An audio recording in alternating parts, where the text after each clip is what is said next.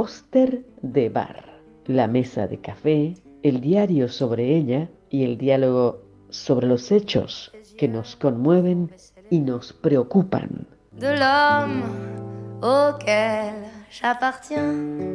Un póster de bar. Estudio Jurídico Rins brinda soluciones prácticas y creativas, servicio continuo y a medida del cliente. Estudio Jurídico Rins, San Lorenzo 655.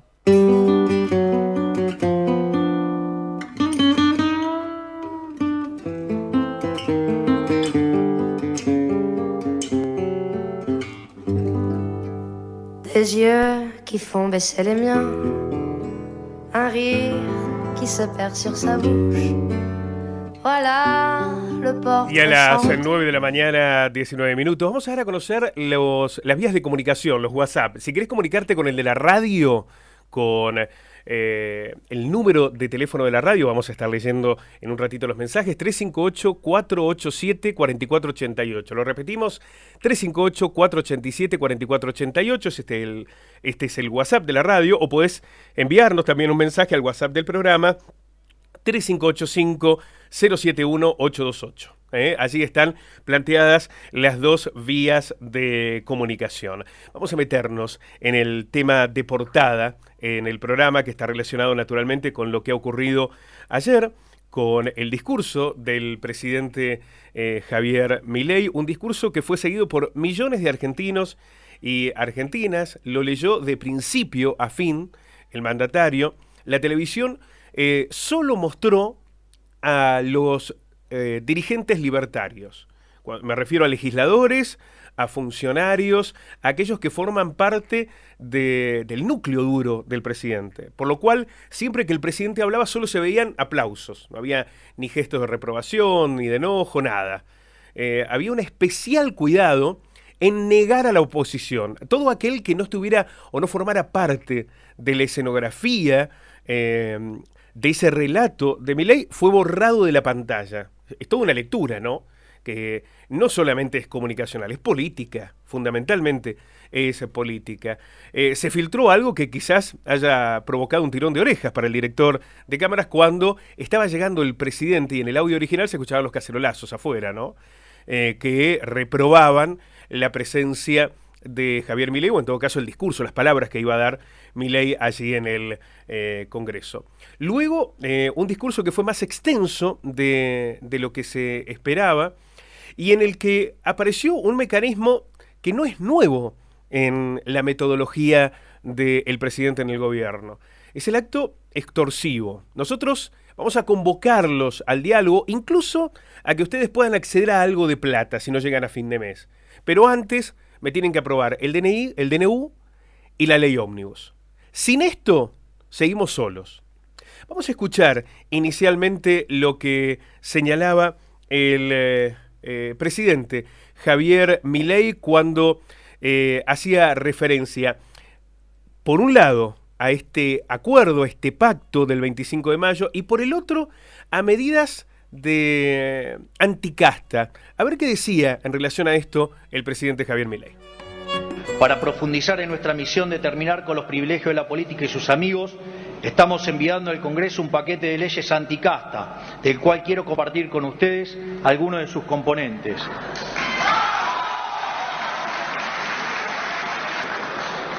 Eliminaremos las jubilaciones de privilegios para presidente y vicepresidente.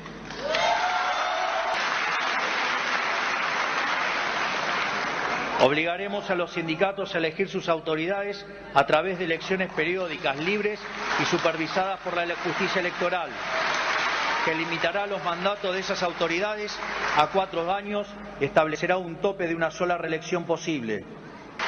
Los convenios colectivos específicos que realicen en asociación libre los trabajadores de una empresa o grupo de empresas primarán sobre los convenios colectivos del sector.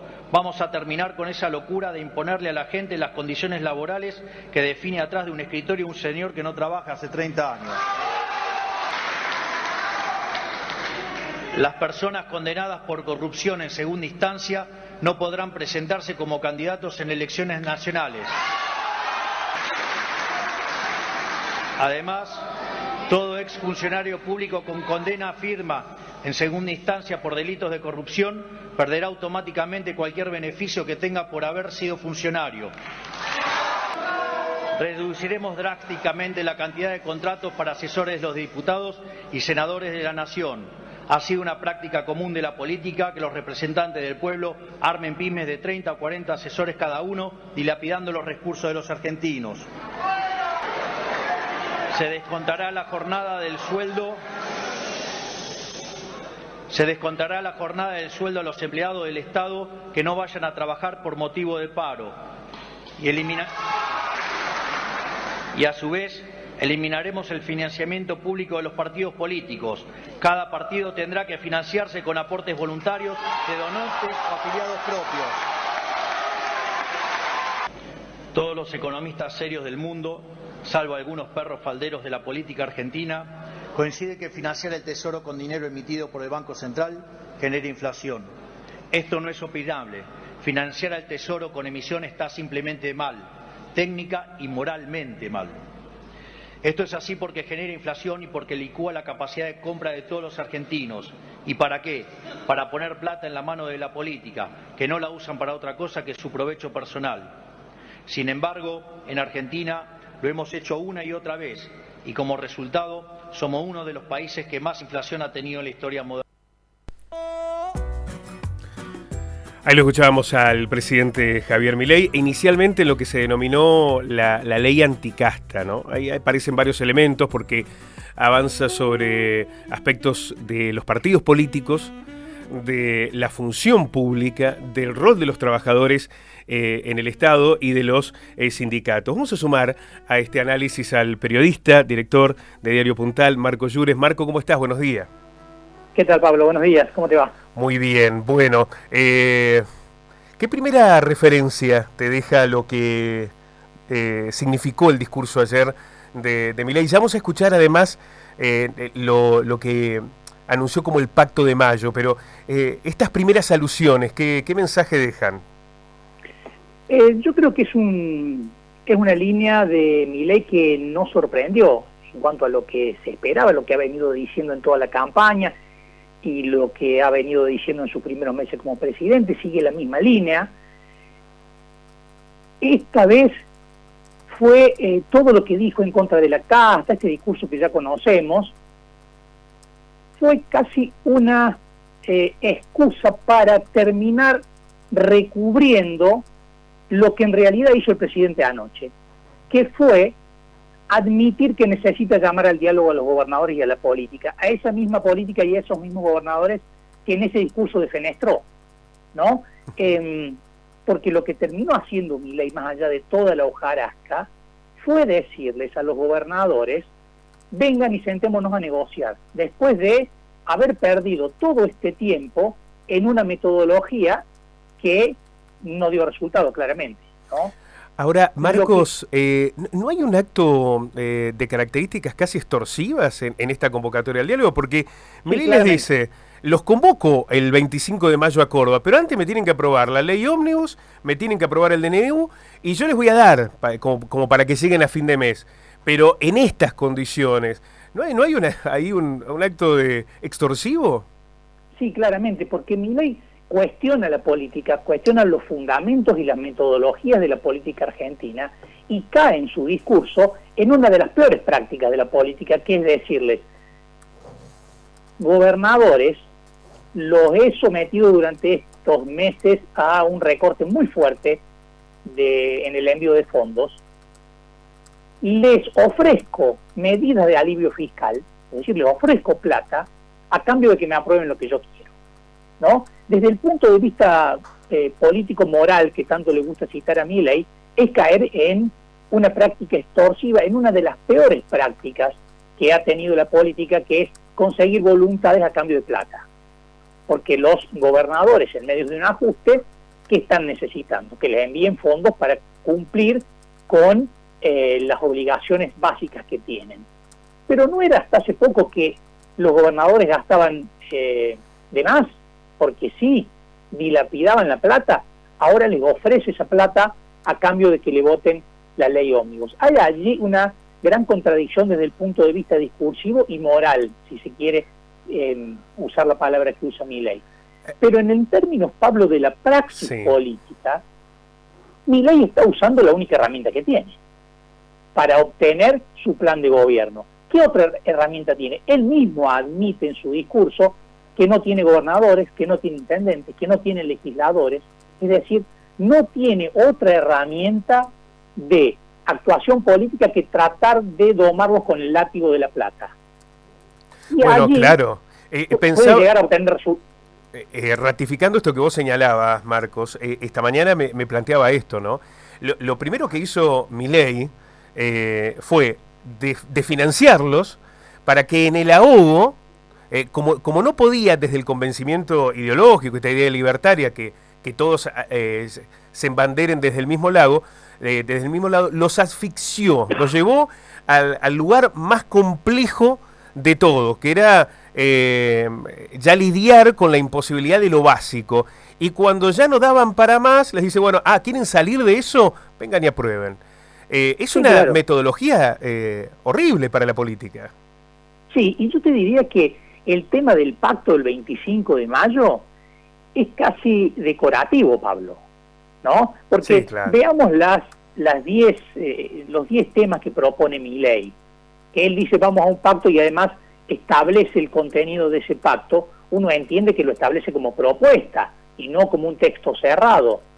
Pero en el caso de que se llegue al 25 de mayo y que se firme, lo que contiene son grandes títulos, ¿no? Supongamos que eso se firma, no tiene ningún efecto práctico. Si se firmara, después requeriría un extenso debate para darle contenido a ese acuerdo, ¿no? Hay algunos puntos que asustan ya desde el título. Por ejemplo, esto de reducir un 25%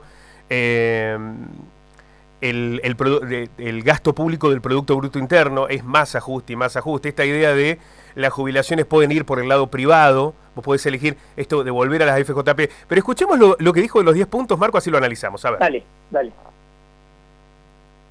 Que podamos dejar atrás las antinomias del pasado, abandonar las recetas del fracaso y volver, tal como hicieron nuestros padres fundadores hace más de 200 años, a abrazar de una vez y para siempre las ideas de la libertad.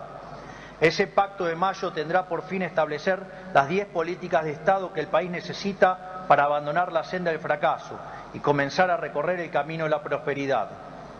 Esas 10 políticas de Estado son: 1. La inviolabilidad de la propiedad privada. El equilibrio fiscal innegociable. 3. La reducción del gasto público a niveles históricos en torno al 25% del PIB. 4.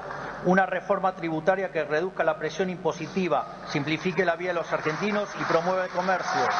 5. Rediscutir la coparticipación federal de impuestos y terminar para siempre con el modelo extorsivo actual.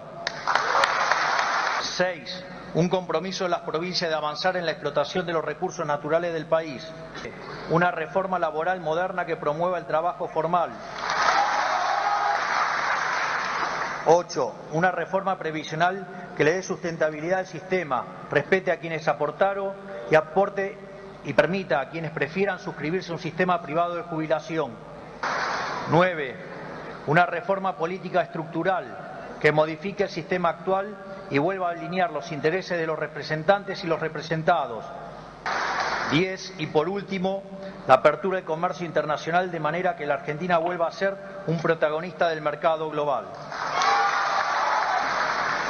Estas 10 ideas, que son las bases del progreso de cualquier nación, podrán sentar las condiciones del crecimiento argentino por los próximos 100 años, para que una vez más Argentina sea un faro de luz para Occidente. Bueno, si llegáramos a esos 100 años de crecimiento que promete Milei, más o menos va a ser el tiempo que vamos a estar pagando la deuda de Caputo, ¿no? Sí, claramente, ¿no? Pero son grandes manifestaciones de intenciones, ¿no? Sí. Que degenerarían después, en el caso de que se firmen, un extenso debate. Yo creo que todo eso trata de solapar el hecho de que Milei, después de haber sido muy duro con los gobernadores, los termina convocando al diálogo. Porque necesita ante su propio electorado no admitir que está volviendo para atrás, que está convocando a esa misma casta que es un nido de ratas, que es la miseria de la política, lo está convocando, se supone, al diálogo. Porque ahora es otra cosa que quedan muchas preguntas, que incluso lo planteó anoche Martín Yarlora. Bueno, está bien, los convocan, pero ¿los convocan a que a libro cerrado? ¿Tienen que votar la ley bases en su texto original o se abre una negociación? No es lo mismo, ¿no? ¿Los gobernadores van a poder opinar sobre lo que se termine votando o de nuevo se cae en un intento de imposición absoluta? Si es así, va a ser difícil el camino para obtener la ley base. Si se abre una negociación en la que los gobernadores, por ejemplo Córdoba, ha planteado no aprobar mayores retenciones, bueno, ahí se abre un periodo distinto, ¿no?, de tratar de consensuar, y sería algo no percibido hasta ahora por este gobierno, no ejercido esto de buscar una negociación para obtener un acuerdo. La cuestión de mayo, como dijo Yarlora, queda lejísimo. Absolutamente, ¿no? Antes habrá que tomar un montón de decisiones con respecto también a una situación que el presidente casi no mencionó en su discurso, que es cómo le está pasando a la gente, ¿no? Mayo queda lejos porque en medio hay una recesión muy fuerte, una muy profunda caída del poder adquisitivo, una preocupación de la gente por llegar a fin de mes. No hay otro tema en la calle. Y a mí esto me que ayer parece... no mencionó el presidente. Sí, Marco, Sí, quería sumar, digamos, a hacer un pequeño paréntesis. Me parece que también el discurso del presidente en esta necesidad de, como vos describías claramente, de poder implementar esas medidas que necesitan de acuerdo, de consenso, por lo menos del aval de los gobernadores para que les indiquen a los legisladores de avanzar con estas medidas, en ningún momento aparece ningún otro actor social, salvo desde el cuestionamiento directo. Digo, no aparecen los trabajadores ni los sindicatos convocados a ese debate.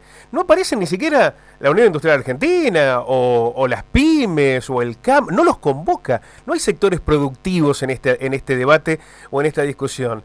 Es solo hablarle a aquellos que me pueden dar los votos y después todo va a pasar por lo que yo decida. No parece haber una construcción social de ese acuerdo. Y no, a ver, un acuerdo entre políticos hoy nada más alcanza, que se sienten 10 tipos y hagan como que estuvieran en la revolución de 1810, ¿alcanza eso para pensar como construcción política o como acuerdo político de nación? Y lo que pasa es que Milei lo está concibiendo no como un acuerdo social, sino como una adscripción a su proyecto, ¿no? Claro. Hasta ahora en el discurso. Es decir, bueno, acá está, incluso dijo en algún momento, no venimos al toma y daca de la política, sino que, bueno, a aceptar la idea, el proyecto que tiene Milei. Incluso sobre el final del discurso dice, les doy la oportunidad, ¿no? Que él se está rebajando a darle la oportunidad a los gobernadores a que lo acompañen y a que acepten su proyecto. Los gobernadores en general después aceptaron el convite de ir a dialogar, pero también plantearon, y lo dijo Yarlora, bueno, ahora hay que ver las condiciones, hay que ver el contenido, hay que ver qué se discute en este proceso al que llamó el presidente de la Nación. Mientras tanto se supone, Pablo, porque ayer no hubo ninguna construcción de expectativa de parte de Milei. Lo único que se le dijo a la gente es, bueno, aguanten. Sí. Aguanten que en algún momento... Tengan paciencia, dijo, claro. ¿No? Tengan paciencia. Lo que se supone, Pablo, es que este llamado al diálogo va a generar... ¿Cuál es la única expectativa que puede haber construido Milei ayer? Que el llamado al diálogo por lo menos reduzca el clima de confrontación política, que también es exasperante. Todos los días había un nuevo gobernador objeto de las peleas con Milei, de las diatribas de Milei. Se supone que si los convocas al diálogo, vas a hacer dos cuestiones. No lo vas a atacar permanentemente por las redes, porque es alguien al que está invitando a dialogar, y además se supone que durante este tiempo no los vas a asfixiar financieramente. ¿no? Porque los está llamando a una negociación, con lo cual se supone que no va a haber ninguna otra represalia, porque si no, ¿qué le van a contestar los gobernadores? ¿Con qué le van a contestar? Con enojo y con rechazo. Entonces la única expectativa que genera es cambiar por lo menos el clima de confrontación política permanente y en crecimiento diario. Hay que ver si esta expectativa se cumple o si hoy y mañana Milei cae en la misma, ¿no? Pero se supone que debería por lo menos cambiar el clima de convivencia política entre Milei, electo por el pueblo, y los gobernadores también electos por sus propios distritos, ¿no? Marcos, quiero agradecerte muchísimo. Va a ser un programa en el que vamos a tener muchas referencias sobre lo que ha dejado el discurso del presidente ayer en el Congreso. Ya está aquí el presidente del Consejo Deliberante de Río Cuarto, Darío Fuentes. Con él vamos a charlar en un ratito nada más. Te envío un fuerte abrazo y gracias por ayudarnos a analizar este contexto tan complejo de la vida política argentina. Un abrazo. Un fuerte abrazo, gracias. Marcos Llure, director del diario Puntal, lo que ha dejado el discurso ayer. Vamos a tener muchas referencias a lo largo del programa y está abierta además la posibilidad para que ustedes se puedan ir sumando con su mirada, con su opinión. Franco dice, ¿por qué le molesta que la gente pueda elegir un sistema de jubilaciones privadas? Si tan bueno es el sistema estatal, nadie se pasará. Ojalá se avance aún más. Esto de a vuelta a la FJP, que Franco está feliz de la vida. Daniel, bueno, nos dice, vamos Milei. Adriana dice, Cristina, que no se presente más como política, demasiado corrupto, es el tiempo de Milei. Bueno, ya vamos a estar leyendo más mensajes. 9 de la mañana, 40 minutos. Preguntar y sobre todo, repreguntar. ¿Qué hay de esa imagen en mi cielo? Póster Central, periodismo en radio.